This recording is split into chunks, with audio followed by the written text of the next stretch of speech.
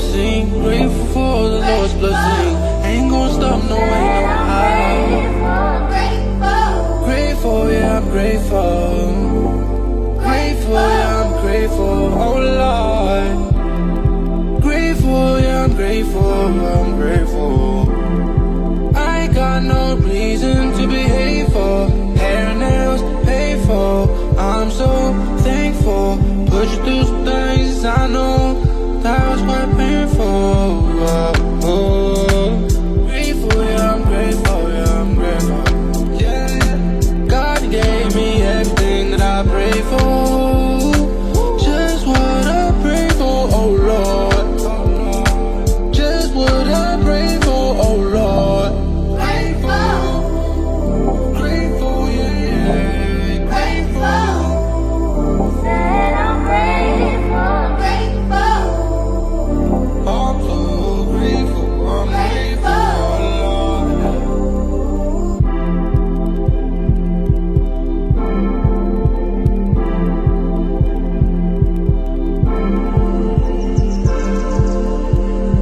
Just what I pray for. Just what I pray for, oh Lord.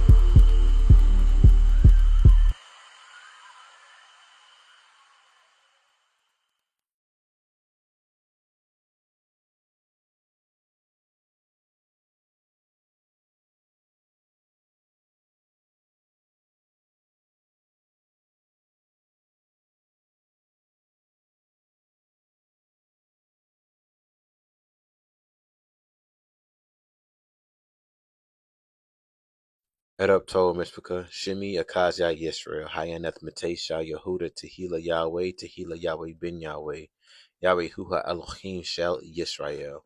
Praise Yahweh. Good afternoon, family. This is Akazia, Yisrael. Praise Yahweh and praise Yahweh, Ben Yahweh, the true God of Israel. Praise Yahweh. Before the foundation of time were measured and before the nations found their place upon the earth, there existed a court not built by human hands, a chamber of majesty where the truth does not bend, justice does not sleep, and every hidden matter is brought into the light. This is the celestial court of the eternal judge, seated upon the thrones of God Yahweh and Yahweh Ben Yahweh, where wisdom is enthroned above all earthly opinion, and righteousness speak with a voice that shakes both heaven and earth. Hebrews chapter 1 verse 3, who being the brightness of his glory and the express image of his persons, and upholding all things by the word of his power, when he had by himself purged our sins, sat down on the right hand of the majesty on high. In this divine tribunal, no rank, title, or earthly power can outweigh the decree of the Most High Yahweh. Kings stand as servants, elders answer as witnesses, and every soul is measured by the scale of holiness, obedience, and covenant. The throne is not merely a seat of authority. It is the center of divine order, the place where mercy and judgment meet, where the hidden record of man is open, and where the voice of God Yahweh establishes what no generation can overturn. This work enters that sacred vision with reverence, drawing the reader towards the mystery of the heavenly government and the weight of spiritual accountability. It calls the elders, the watchmen, and all who seek wisdom to behold a greater throne than the councils of man, the throne where the Ancient of Days Yahweh presides, where the judge of all creation renders truth without corruption, and where the destiny of nations and souls is declared before the living presence of God, Yud-Heh-Wah-Heh, Yahweh. The preface. There are writings that inform the mind, and there are writings that awaken the soul. This work is offered with the intentions of doing both. It invites the reader beyond the ordinary boundaries of thought into a higher chamber of contemplation, where wisdom is not merely studied but encountered, where judgment is not feared as darkness but understood as the brilliant order of divine truth. In these pages, the intellect is called to ascend, and the spirit is summoned to listen. Acacia writes from a place of reverence, urgency, and vision, seeking to stir the hidden faculties of the reader, of your mind, your memory, and your reason.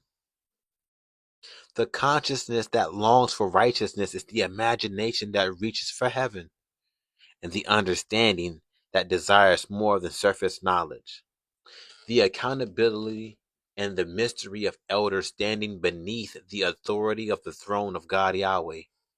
Such a theme demands not casual reading, but sacred attention. May this preface open the gates of expectation. May it prepare the mind to reason deeply, the heart to burn with holy curiosity, and the soul to tremble with excitement before the vastness of what is being revealed. Let the reader enter not as a spectator, but as one summoned to witness a higher court, a greater wisdom, and a transcendent calling that reaches beyond time into the eternal counsel of the Most High Yahweh. Praise Yahweh. Chapter 1, Genesis chapter 10, verse 21, establishes an important interpretative foundation for understanding the title elder.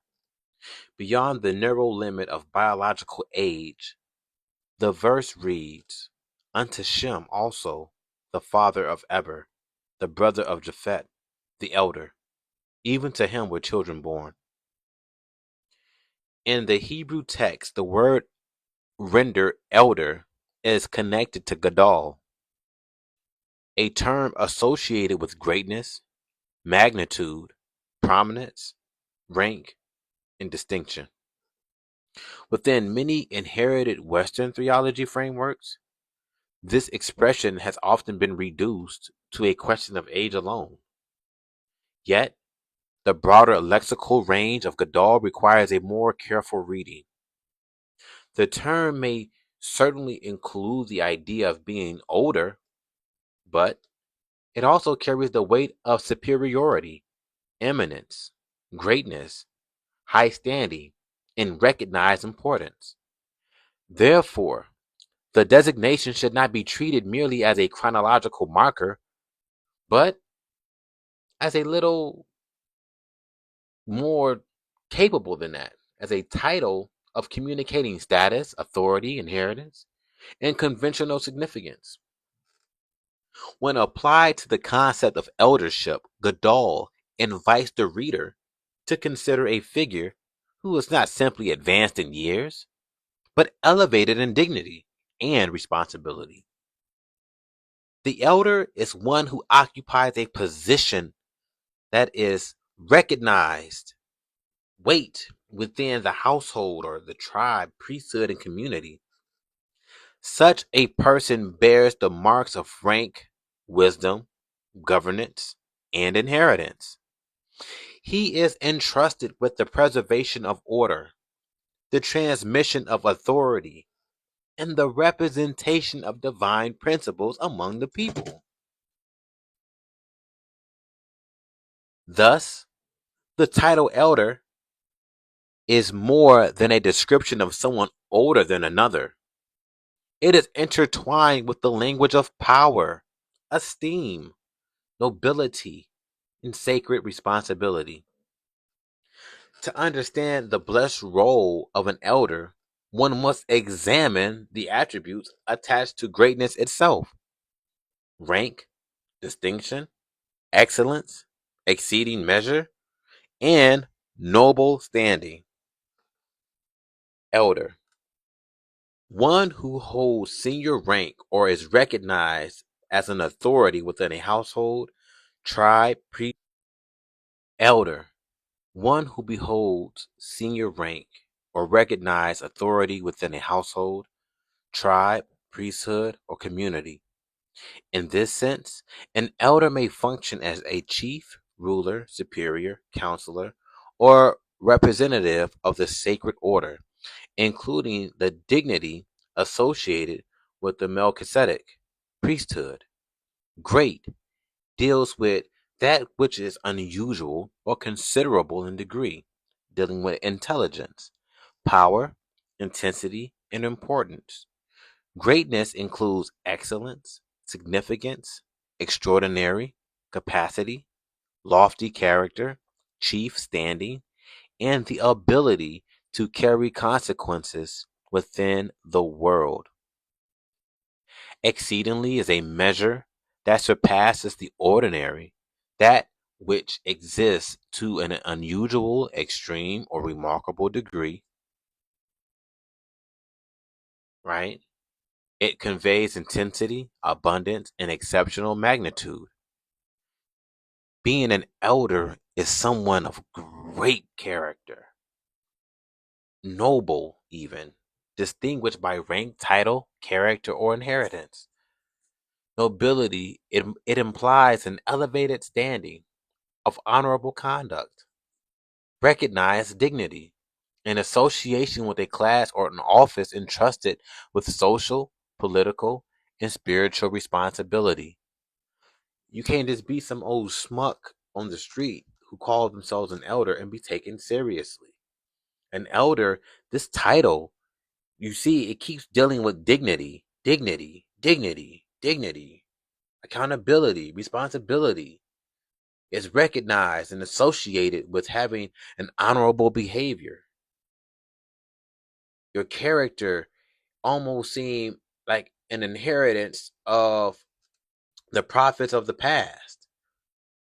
But the elder is one who took the time to learn how to be honorable and to be comparable to the prophets. When you look at the definition of measure, it means to compare something or someone. It means to look at the preparedness of a person when you look up measure. So this person who is a judge or an elder is a person who studied the prophets and who was deeply inspired by the prophets, by Yahweh's word, and by the Son of Man, Yahweh ben Yahweh, to want to fulfill the same degree of knowledge and honorable character. This is a man or a woman who rank is a number of people forming a separate class in a social hierarchy or in any graded body. You heard me right. As I look at Deborah in the book of Judges, Deborah was powerful, a good judge, but she was moral. She was just. She didn't have the Eve mentality. Influence is having the capacity or the power of people or things to be a compelling force on or productive effect on the action and behavior and opinion of others. This is one who holds people accountable to the law. And this is a person who doesn't see that they are above the law, but they are truly subjected and show forth humility. Though they hold such high esteem of character, they are able to carry the consequences of such character within the world without being influenced and without depriving their morals. This is a person of extraordinary capacity. And though they have a truly lofty character, means up high character, that they are considered a chief, they also show the significance of being dignified. This is powerful. People of consequence. People of consequence. Yahweh told Moses to go and gather the elders of Israel together, and deliberate a message unto them about the preposition of time and place, to discuss and be able to break down the preposition of the devised plan that would bring about the supposition of deliverance that do not need to be debated amongst each other, only require their obedience to the word of Yahweh for the deliverance. This plan was one with great consequence on both Israel and Egypt, but one that would build faith in the power of Yahweh quickly. The first point, Exodus chapter 3, verse 16. Go and gather the elders of Israel together, and say unto them, Yahweh, God of our fathers, the God of Abraham, Isaac, and Jacob, appeared unto me, saying, I, Yahweh ben Yahweh, have surely visited you, and seen which is done to you in Egypt. Now I know some will read this and debate me using the Son of Man's name here instead of Yahweh. But remember, we are talking about now in our lifetime, and the Bible clearly states that one should be raised up like unto Moses to do a more difficult work in a similar situation from the past. So me using Yahweh ben Yahweh's name here is just me calling your mind to this remembrance. Deuteronomy chapter 18, verse 15. Yahweh thy God will raise up unto thee a prophet from the midst of thee, of thy brethren, like which determines a comparison unto me. Unto him ye shall hearken. This one will lead us in the way as described in Exodus chapter 23, verse 20 through 21. Behold, I Yahweh send an angel, Yahweh ben Yahweh, before thee, to keep thee in the way, and to bring thee into the place which I have prepared. Beware of him, and obey his voice. Provoke him not, for he will not pardon your transgression, for my name Yahweh is in him. Yahweh ben Yahweh. Yahweh ben Yahweh is the angel who is here to lead us back into the word of truth. The first one to initiate the bringing back of culture. Through his magnetic influence, he sparked the light on the name Yahweh and made the etymology name of Yahweh by having it to be published in their media and broadcast throughout the country and world. He and he alone, through the persuading force of influence, brought back the following of the law of government, dietary, how to govern children, the high holy days, the laws of enterprise, and who to pay first and second.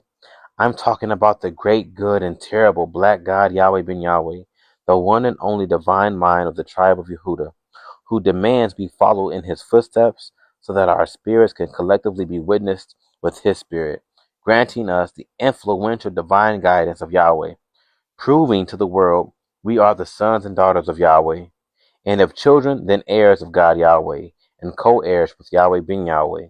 If so be that we are brave enough, the 144,000 elders who transcended to judges, whose ultimate transformation is collectively the 144,000, colloquially speaking, Godhead, will suffer with him, that we may be glorified also together.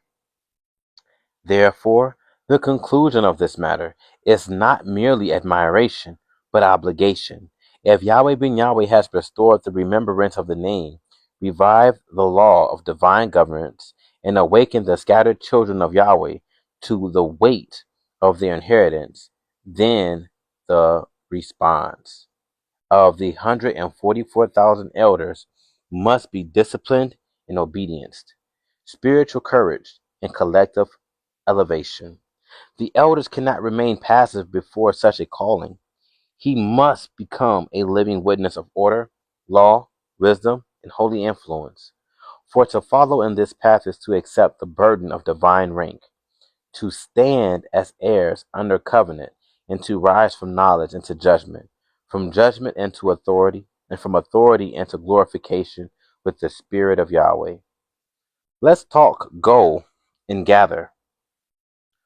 Go in our Hebrew language means yalak, and it is a primitive root to walk literally as well as figuratively. It's to carry in various senses, like bear, bring, come, depart, flow, proser, pursue, and journey. Oh, and we'll go over a few of these because this will show us what Yahweh ben Yahweh took on his journey to gather the lost tribe and cause us to repossess our culture. Walk in our Hebrew language is also halak. And in our Hebrew language, it means a primitive root to walk in, literally or figuratively, but to behave self, to come on continuously and be conversant, to ease and enter, to exercise, and to follow the needs and be at the point. Is to pursue a course of action or a way of life. Is to conduct oneself, to stand with an appearance suggestive of strides, and to bring to a specified condition. So here we see walk in this essence is our behavior. We must walk the walk as well as talk the talk of morality. You can't be a do as I say and not as I do. We must be unison with having a unified dignity, an esteemed character, a righteous conduct, having a high degree of intelligence, as well as having the humility to be able to carry the consequences of the world. We are to be a unit, one in Yahweh.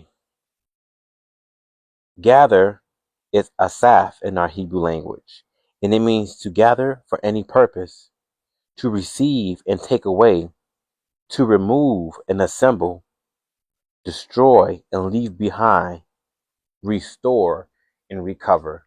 This is talking about substituting your character of immorality to morality, letting go of the old man, old woman mindset, and taking on the new man, new woman mindset.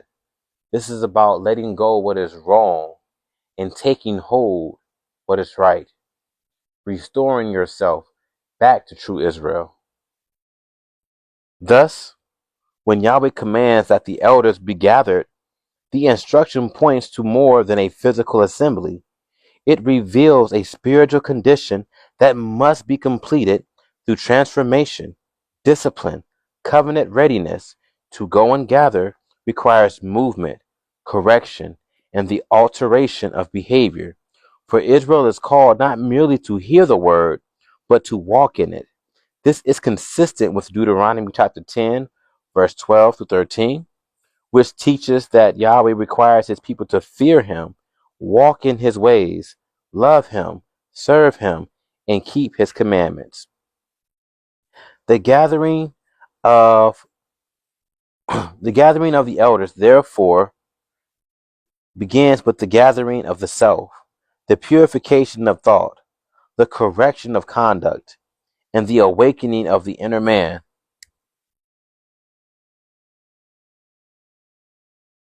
to the divine presence of El, which is the power of the Elohim, the Most High, Yahweh.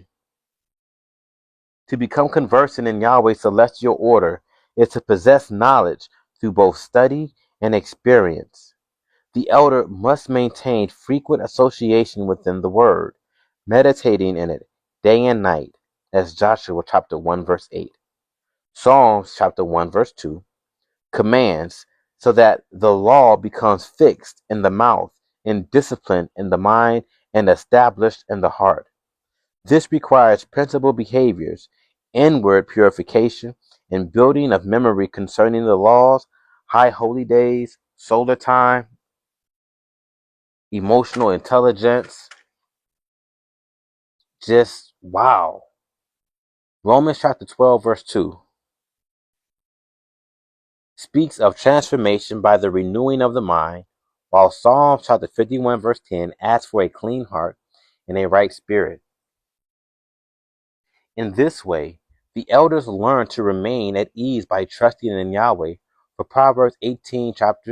chapter 18, verse 10, declares that the name of Yahweh is a strong tower into which the righteous run and are safe. Such discipline teaches the elders to speak to the El within people with wisdom, whether they appear joyful or troubled, and to enter the courts of Yahweh with praise, as Psalms 100, verse 4 instructs. The moral requirement of this calling is confirmed in Psalm chapter 15, verse 2, which identifies the acceptable servant as one who walks uprightly and works righteousness and speaks the truth in his heart, even when family or friend support turn away. The elder must continue pursuing Yahweh, for as it says in Psalms chapter 27, verse 10 and 11, declares that when father and mother forsake thee, Yahweh takes up the faithful and teaches his ways, leading them in a plain path. When Yahweh consciousness becomes fully formed, the desire of the servant is no longer self-direction, but divine instruction, and is to be taught, led, and corrected and made plain before the presence of Yahweh. This is how an association of faithful fellows is formed, Salika. A people seeking to reduplicate the will of Yahweh ben Yahweh with one mind, one heart, one love, and one action. Acts chapter 2 verse 1 witnesses the power of a people gathered in one accord. Philippians chapter 2 verse 2 calls for the same love and one mind. 1 Corinthians chapter 1 verse 10 commands that there be no division, but that the people be perfectly joined together in the same judgment. Only then can the elders teach true Israel with unity, authority, and spiritual precision, standing as a disciplined body prepared to manifest the will of Yahweh in the earth by fulfilling the word of Zephaniah chapter 3 verse 9. For then will I turn to the people a pure language, that they may call upon the name Yahweh ben Yahweh to serve him with one consent. I know we touched on elders a little earlier, but now we must look deeply into the spiritual weight of this title. The Hebrew word Zachin, which is the Strong's reference H2205, is commonly rendered elder, aged, ancient man, old man, or senator, showing that the word carries both the idea of maturity and the idea of recognized authority. The Hebrew letters for Zachin is looked upon in the esoteric knowledge, and we discover that Zachin is 7, Kof is 100, and Nun is 50, which equals to 157. Now, when we examine this number and the surrounding associations, we begin to see that the title elder is not a light, casual, or merely honorary. It is a position that can reveal wisdom, but it can also expose danger when the one bearing the title is not governed by Yahweh. This is why the gematria must not be handled as decoration, but as a mirror. If the number and the meaning lead the mind towards hunter, possession, damages, injury, or loss, then the student must recognize a hidden warning. An elder who is not purified can become a hunter of souls instead of a shepherd of souls. He may gather people to himself instead of gathering them to Yahweh. He may treat the people as possessions instead of as living children of the covenant. He may cause injury through false doctrine, pride, bribes, favoritism, or misuse of influence. Therefore, the title elder must always be tested by the law, the fruits in the spirit, and the obedience of the one who claims it. This may be shocking to hear, but it is a necessary truth. Yahweh repeatedly warns his children about false prophets, corrupt judges, unjust weights, bribes, and leaders who devour the people. The danger does not begin when a man openly rejects the law. It begins when a man uses the language of the law while secretly serving his own appetite. A false elder can quote truth while bending judgment. He can speak of holiness while arranging influence for himself. He can sit among the people as a teacher while quietly training them to depend on his personality more than the commandment of Yahweh. For this reason, discernment is part of the covenant survival. A true judge is not merely a person who occupies an office, gives opinion, or settles disputes according to human feelings. A judge is one who actively seeks the law of Yahweh and rises to the aid of the people when they fall away from the path. He does not flatter rebellion. He does not excuse confusion, nor does he decorate disobedience with soft words. He steers the people back to our everlasting King, Yahweh, by making the law visible, understandable, and practical. His judgments is not rooted in ego, anger, tradition, or favoritism. It is rooted in the covenant order, righteousness, and fear of Yahweh. Such a judge carries the spirit of many righteous examples. He has the Nehemiah spirit of leadership, rebuilding a broken walls while refusing to be distracted by enemies. He has Joshua ben Nun, bravery, standing firm in the commandments without sugarcoating the law. He has Gideon's obedience, doing exactly what Yahweh commands, nothing more, nothing less. He has Moses' meekness, understanding that authority without humility becomes rebellion in disguise. He has Samson's strength, not merely physical strength, but the strength to resist compromise and bear the burden of deliverance when Yahweh assigns it.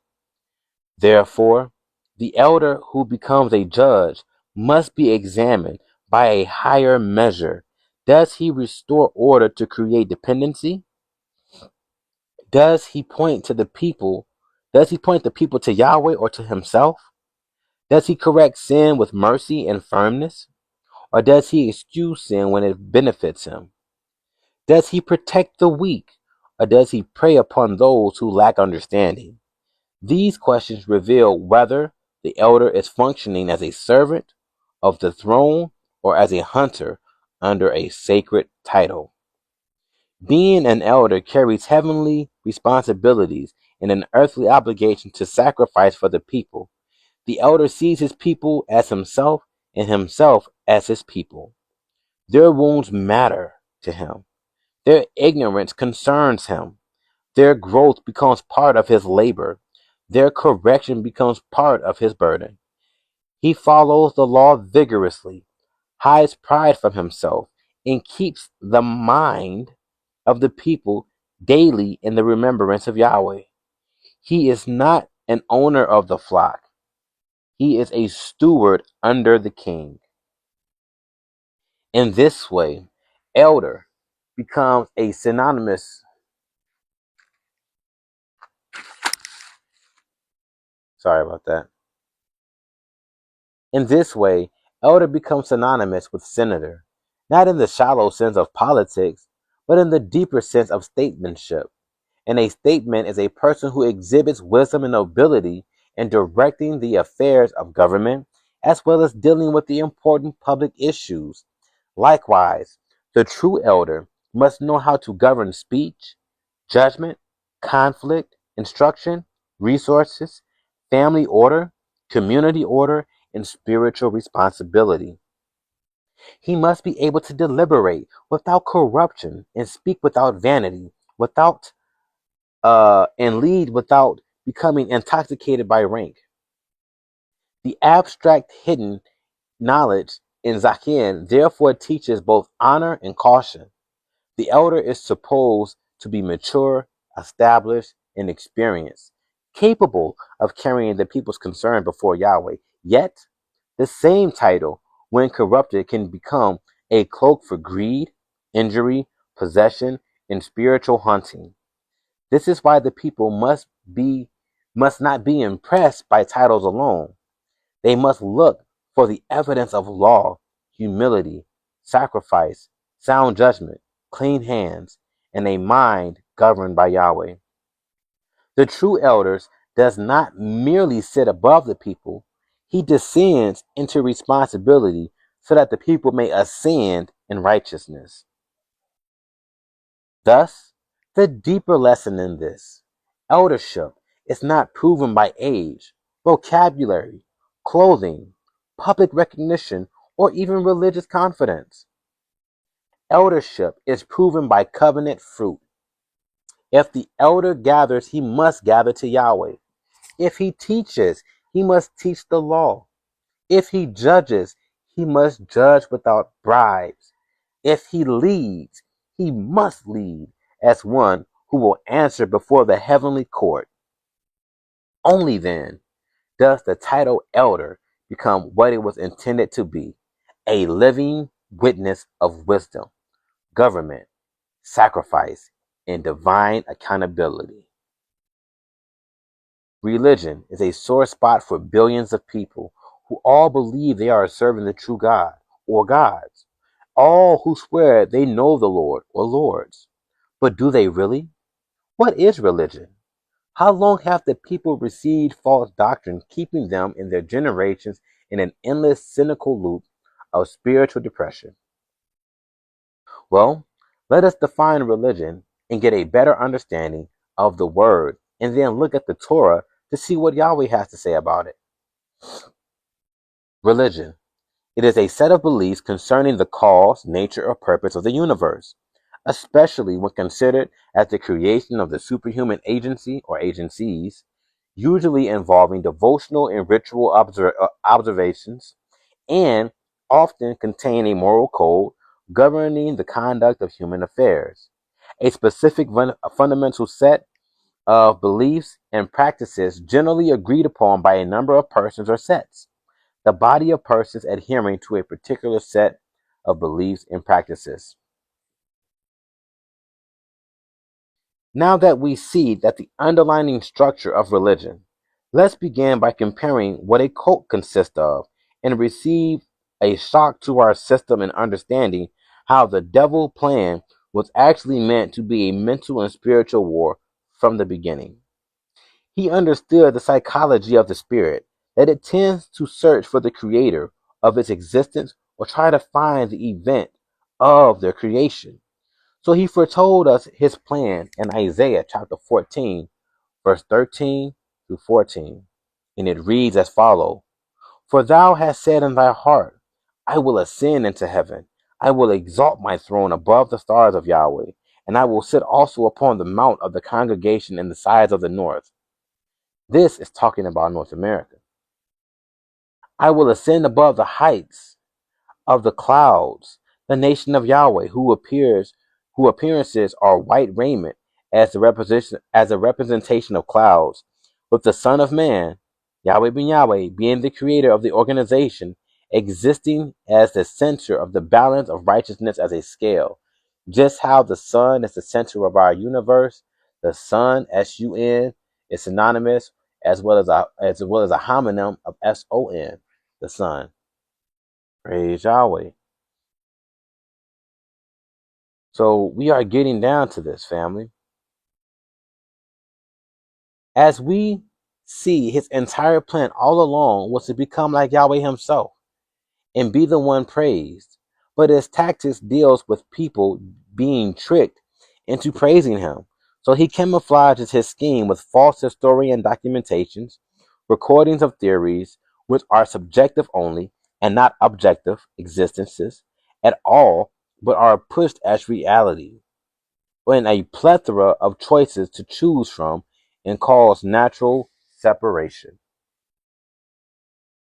His wicked device divided the people while causing wars, racism, and classes of society that operates by greed to keep seeing each other for usury. And when we look at Revelation chapter 12, verse 9, it states that the great dragon was cast out, that old serpent called the devil, the Satan, which deceived the whole world. He was cast out into the earth, and his angels, his messengers, were cast out with him. Now, this same pattern is confirmed in John chapter 8, verse 44, which identifies the devil as a liar and murderer from the beginning, And 2 Corinthians chapter 4, verse 4 reads as where the God of this world is shown blinding the minds from the light of the truth. Therefore, the division amongst the people are not accidental, but in 1 Corinthians chapter 1, verse 10 calls for the brethren to speak the same thing and have no division, while James chapter 3, verse 14 through 16 reveals that envy and strife produces confusion and evil works. By him creating religion, it causes envy and strife, confusion, because everyone is swearing that they're praising the true God, but they never look up the origins of their religion because they are being led by a guru, by a pastor, by some kind of rabbi, by some kind of this, by some kind of that, and they never look it up.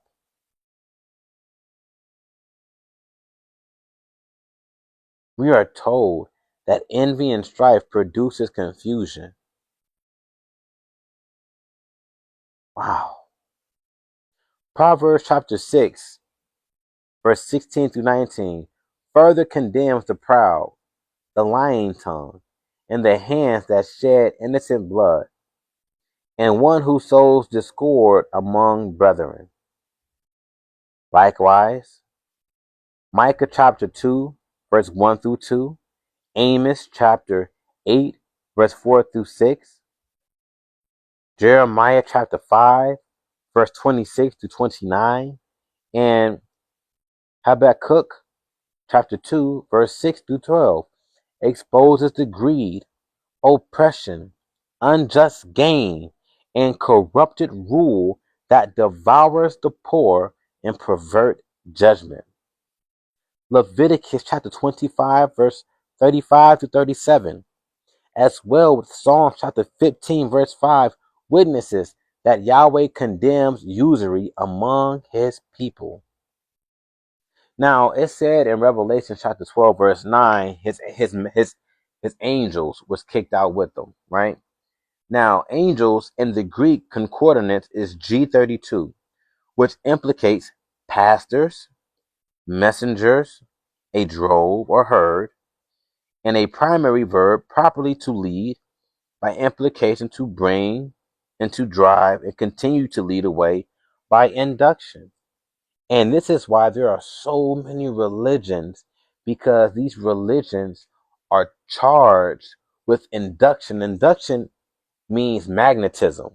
It draws you in. You may get drawn in because of the community of the church. And you think that's good. You may get drawn in because of the dress of that culture. But it's still wrong. You may get drawn in because this pastor is really good at touching your emotions, making it feel like the word is talking to you.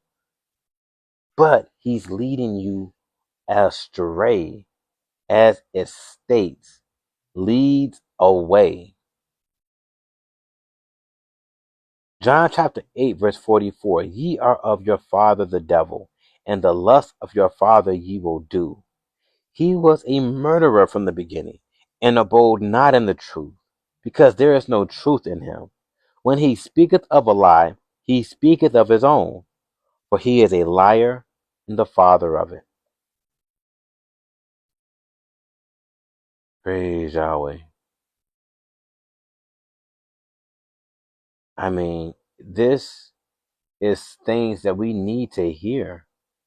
Did you know that in Proverbs chapter 6, verse 16 states, these 6 things Yahweh hates, and the 7th is an abomination, which is a proud look, a lying tongue, hands that shed innocent blood, the divisiveness of wickedness of imagination, feet that be swift in running to mischief, a false witness that speaketh lies, and he that soweth discord among brethren. These listed scriptures explain the hidden sublime work of religion perfectly. They go around with lying tongues, telling you and telling everyone that they know the real name of God, and they give you these false names. And their appearances of the Messiah, they give you false paintings, false doctrines, as well as the altered history. And this has caused wars for thousands of years between the families and friends of the earth. They cause wars amongst neighboring countries. And this framework shines the light on this very potently and clear. The altered, they altered the high holy days of Yahweh, and they caused the children of Yahweh to follow these deception days and abandon our true culture by extinguishing our connection to our natural born inheritance of the Bible and right to rulership. Religion has always been compared to cultic behavior, seeing how they both mean the same definition. Cult is a particular system of religious worship, especially with reference to its rites, ceremonies, and an instance of great veneration of persons, ideals, or things, especially as manifested by a body of admirers, a group or sect bound together by veneration of the same thing, person, or ideal. But now, what is important to understand about the word cult is people are only programmed to think of cult and that it's only tied to religion, which is a false statement. As stated, it is a gathering of admirers with a veneration of people or ideals and things, which in the broader sense is actually an umbrella for everything in society.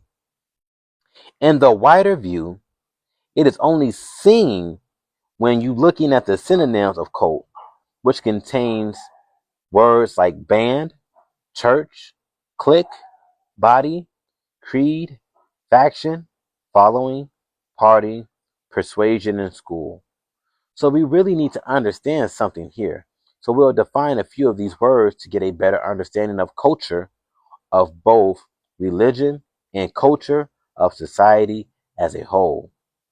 Band, which is a company of persons or sometimes animals or things joining or acting or functioning together like an aggregation, party, or troop. The job force is a group of people that come together in a company, right? They join themselves together with one consent of actions to either repair something or sell you something. That's the cult. And they all say, oh, our company's culture is this. Culture is two words. It's a conjunction. It's cult and then er. Er is an action verb. And then cult is what you taking in. What do you believe in? What do you admire? What do you support? What do you not support? All of these things goes into what society is. It is a division of nomadic tribes, a group of individuals who move or camp together, subsist by hunting and gathering. Your community, the communities we stay in, is a cult. If you're rich, you stay in rich communities. If you're poor, you stay in the poor communities. If you're middle class, you stay in the middle class communities. Same thing. Even making it into a more macro level, dealing with nationalities. Cult. That's why it's called the culture. The Native American culture, the Hebrew Israelite culture, the Latino culture, the Asian culture. It's a huge umbrella, but it goes with philosophy. What do you believe in? And what do you believe in? Is it true? Is it backed on a body of evidence? Or is it something that was man made to consist of manipulating the people and the future generations to believe one something in order for the 1% to stay ruling over the world?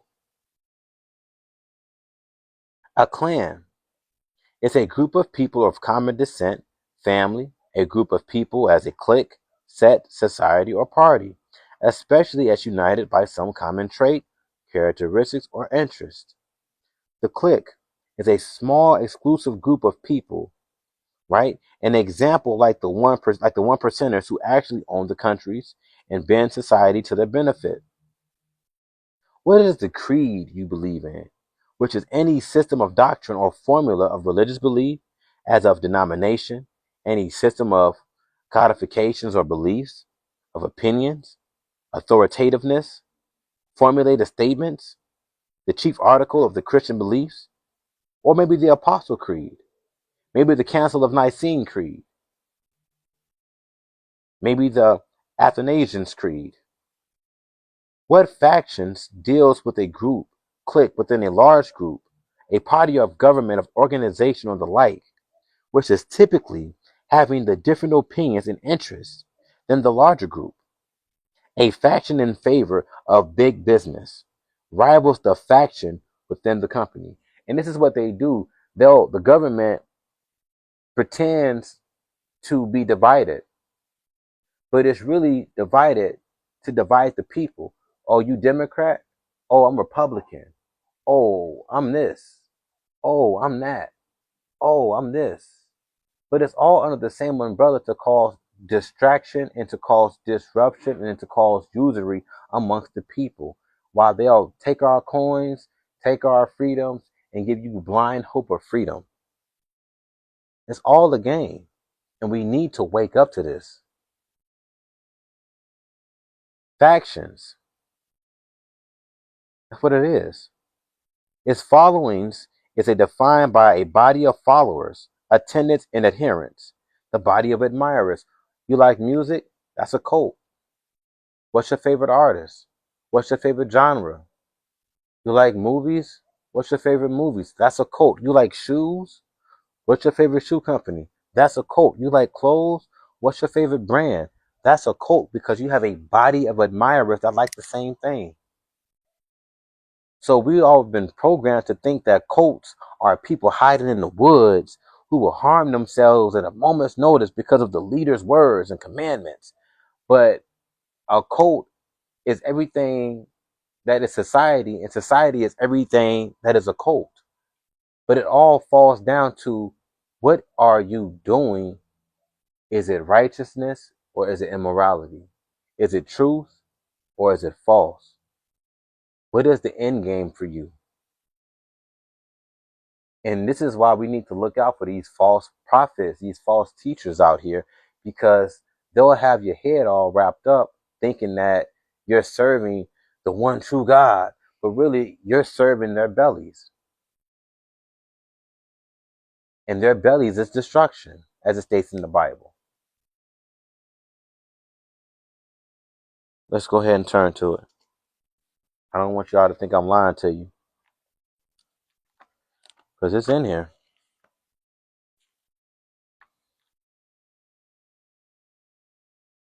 Praise Yahweh. We just getting to it. We just calling y'all attention to it.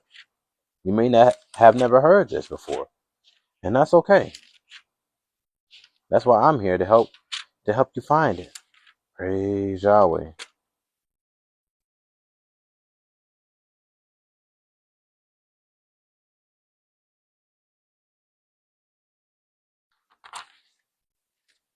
You're gonna find it for you.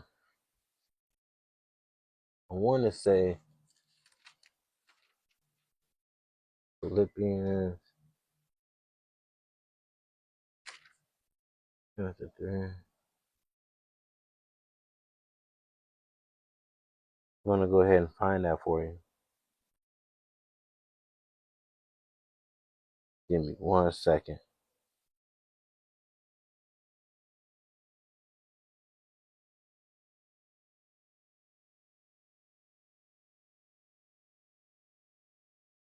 Philippians 3:19. No, I don't think that's it.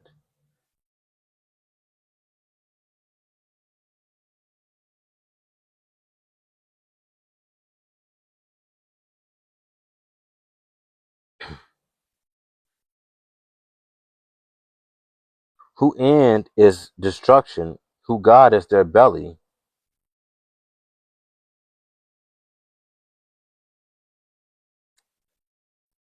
Philippians chapter 3, verse 19. Whose end is destruction, whose God is their belly, whose glory is their shame, who mind earthly things. And this is what we need to be cautious about. This is why the word culture matters. In some degree, everyone is connected to a form of a cult-like influence. Yet people are often programmed to think of a cult as a hidden group in the woods.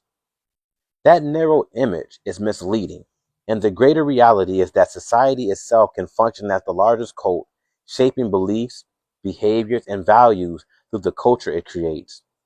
And this is why it's important to be able to recognize a teacher from Yahweh who is truthful, genuinely about his people, and being under the complete and perfect law of Yahweh. That is a self-sufficient nation, with all members of the nation being blessed and having everlasting sustenance of wealth, and not a wolf in sheep clothing trying to trick people into following them, into becoming like the rulers and only successors of wealth, leading all who follow such riotous teaching straight to hell. By furthering our understanding of the importance of identifying the trick of religion into a full perspective, we'll look at Yahweh's words that's written in Isaiah chapter 44, verse 9 through 11, as well as verse 13. They that make a graven image are all of them vanity, and their delectable things shall not profit. And they are their own witnesses. They see not nor know, that they may be ashamed. Who have formed a god or molten a graven image that is profitable for nothing. Behold, all his fellows shall be ashamed, and the workmen, they are of man. Let them all be gathered together, and let them stand up. Yet they shall fear, and they shall be ashamed together. The carpenter stretches out his rule. He marks it out with a line, and he fitteth it with plans, and he maketh it out with a compass, and he makes it after the figure of a man, according to the beauty of a man, that it may remain in the house. You know what? Let's also look at verse 15 of Isaiah chapter 44. Then shall it be for a man to burn, for he will take thereof and warm himself. Yea, he kindleth it, and baketh bread. Yea, he maketh a god, and worships it. He makes it a graven image, and falleth down thereto. And this is also verified again in 2 Kings chapter 17, verse 29, where it is stated plainly, again, every nation made gods of their own, and put them in the house of the high places. This is what religion has been since its clever creation by the devil, to try to get the world praising him and not the true and living creator Yahweh. Again, when you look at 2 Corinthians chapter 4, verse 4, it tells us, in whom the God of this world have blinded the minds of them which believe not.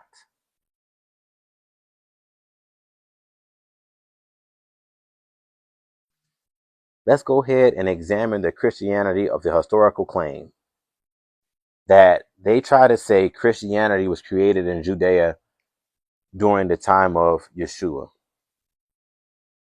But when you look deeper into history and you examine that claim that Christianity was created by the Messiah in Judah and served as the religion of the nation of Israel, this claim has been repeated for generations. But it must be tested against both scripture and historical context. The Hebrews did not receive a religion from Yahweh. They received laws to govern conduct, dietary instructions to preserve health, commandments concerning bodily cleanliness and order. These principles are found throughout the Bible, as in Leviticus chapter 11, as well as cleanliness dealing with Leviticus chapter 15. But never a religion. The Hebrews did not receive a religion from Yahweh. These principles are found throughout the Bible and were given as a covenant way of life, not as a man-made religion system. Christianity, by contrast, developed as the main body connected to the Catholic Church, which arose under the influence of the Holy Roman Empire. During the first century, Rome ruled over the land of Israel. Actually, I want to say from about 301 BCE under Ptolemy II Philadelphus, who took the Torah as well as 70 Hebrew leaders, put them on the islands of Kos, Greece, Rome, and made them translate the Bible into the Greek, which is called the Septuagint Bible, which is the first transliteration of the Hebrew text. And that was at 301 BCE. And then Pompey conquered all of Israel by the 63rd BCE. Oh, yes. And this is historically proven. So Rome created the Holy Roman Empire as Catholicism. And when you look up Christianity, it tells you it's the main body of the Catholic Church. So by Pompey conquering all of Jerusalem by the 63rd BCE, and the Messiah, as they say, quote unquote, was born in the first CE century, Christianity was already ruling over the land because the Romans was in power over the Israelites from 63rd BCE all the way until 70 CE when they burned it down. This is why we get clues looking at the historical setting of John chapter 19 verse 12, where Pilate sought to release Yeshua ben Yosef, but the accusers warned him, saying this. They said, anyone who made himself king spoke against Caesar. Although the text uses the word Jews, there is no J in Hebrew language. And considering that the Hebrews were under Roman rule and persecution, it's difficult to believe that they held such a close allegiance to Caesar in Rome that they would freely threaten Pilate on his behalf. The historical setting of Yeshua ben Yosef must be examined carefully. He was born while the Romans ruled over Israel, near the transition to the first century. This creates a series of questions. 4. Religious doctrine that claims he completed the full Messianic deliverance of Israel at that time. Now, according to common historical dating, he was killed in the spring between 30 and 33 CE.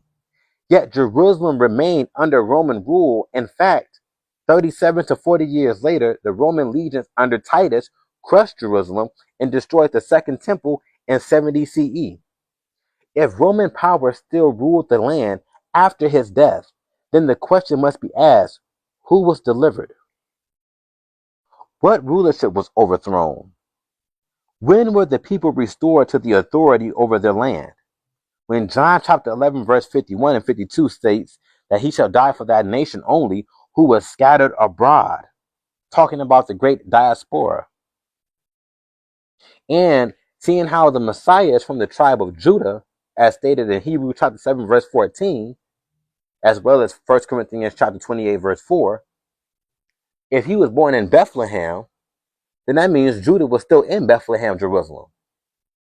So who did he restore? Who did he bring back when he was killed? Judah was still in the land of Jerusalem. So he could not have been the one. But that's why he tells you in John 16:13, I have many things to say, but I can't tell you yet. But when he comes, the Spirit of truth, he will lead you into all truth. He is talking about someone else. He didn't say when I come back. He said when he comes, he will be the Spirit of truth. And this is Yeshua saying this. Because he was not the one. Everybody was still in Jerusalem. Who did he deliver? Who did he save? And this raises another question about the prophecy. In Acts chapter 7, verse 6, Stephen, who was on trial, and Acts chapter 6, verse 5, noted this: Abraham's seed being strangers in a foreign land and serving in bondage for 400 years. So then that means that the prophecy of Genesis 15, verse 13 through 14 never happened. Now, when you look at Deuteronomy chapter 28, verse 68, talks about how Yahweh is going to send his people into Egypt again by ship. But people try to say, oh, they're talking about physical Egypt. Well, when you look at, again, the historical context and the timelines, it tells you that they was only really in bondage and hard bondage for about 115 to 140 years. Because when Joseph died at 110, his grandson, Mitzrayim, They walked in to Egypt. So if they walked in, and then Moses was born about 120 years later after that, as they say in the historical doctrine of the Bible Hub history context, where it pinpoints everything to actual history, and then it states that from the time he was born, about 40 years previous to that, they entered into hard bondage, and then he came at 79 to actually cause the Exodus to occur. Then Israel was only in bondage for 115 to 140 years. That's not 400 years. And then the land of Cush was known to them. It was known to them. So it says that there will be strangers in the land that is not known to them. But when you look at America, America got pyramids and speaks. The George Washington Monument is the obelisk that's up there in Egypt. And Illinois, they have a city called Cairo, Illinois, which is they call it Little Egypt. You have a Cairo, Egypt that looks exactly the same as Cairo, Illinois. That's why they called it the Delta region of America, because it looks just like Cairo. On the back of your American dollar, there's a pyramid. You have a city called Memphis in both Egypt and in America. And both Memphises got pyramids right off the waters. And Revelation chapter 11, verse 8 states that the Messiah should be crucified in a spiritual place called Sodom in Egypt. So Yeshua was killed in Jerusalem. And Jerusalem was never called Sodom, nor was it called Egypt. So Yeshua, as he states, he has many things to say, but he couldn't say it then because it wasn't time. But when you look at history and you look at the Bible and you look at the placements and you compare the similarities, then you should be able to tell plainly that the Hebrews of today that was prophesied to be in a land for 400 years, which they only teach that black people was in bondage for 400 years in any place on the planet, with slave names, as it states in Isaiah 65:15, that our name should be changed into the names of the heathen as a curse. In that in Isaiah chapter 83, verse 4, that they should make the name Israel no more be in remembrance. And as it states in Lamentations chapter 4, verse 8, that that their visage is blacker than a coal, and that they are not known in the street. In Revelation chapter 2, verse 9 and 3, verse 9 says, I know that their works that say that they are Jews, but are not, for they do lie, but are the synagogue of Satan. And that they were put in power by the American government in 1948, made a state by the American government in 1948. Then we have to conclude something here. Somebody's lying.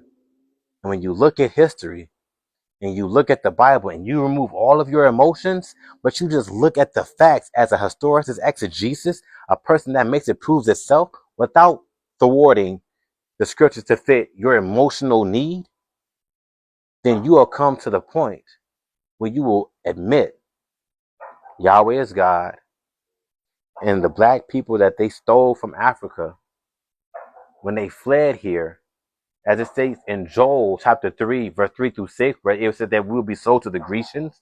Who are the Grecians? The Romans. The Romans, the Italian, the Spanish, they came here in 1555. Their first settlements were set up in Jericho, South Carolina in 1524, and in Florida in 1555.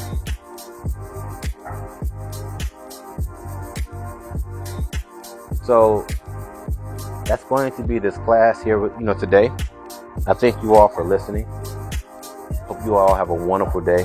Stay safe, stay studied up, and we'll be back with more information at another time. May Yahweh bless you. May Yahweh be Yahweh bless you. Know that I love you and I see you as myself, and myself I see you as me. I love my people, and we shall be free. Praise Yahweh.